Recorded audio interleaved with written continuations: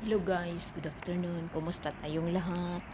Dito pala kami guys, no? Naglakad-lakad sa sobrang init ngayon ng panahon, pero nilakad pa rin namin guys. Papunta kami sa pet shop kung saan papalaguan ko itong alaga kong medyo chubby-chubby. Siya po pala ay Ukrainian dog. So, he is a boy, he is my best friend, my good friend. You know that dog is very loyal than a person.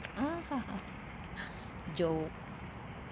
Pero ito na nga guys, malapit na tayo sa pet shop. Ayan guys, ilang hakbang na lang pet shop na. Malalakad lang mula sa tinirahan namin. Ayan. So, here we go.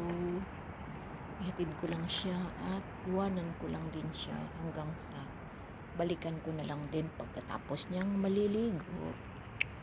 Ayan na po guys, nandito na tayo. So, ibigay na natin siya sa may ari ng pet shop.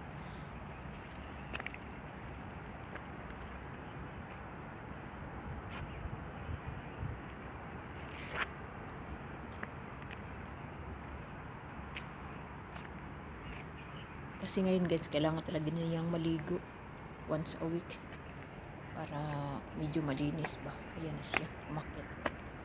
Excited siya kasi alam din niyang papaliguan siya eh. Ayan na. Tapos na siyang nakaligo pala guys. Ayan na, nagpapamasahe na siya sa akin. Ayan ang good boy ko no. So, thank you for watching. My funny dog, my best friend. Boy. Thank you so much. Ingat tayo palagi. God bless. And thank you for watching again. Bye-bye.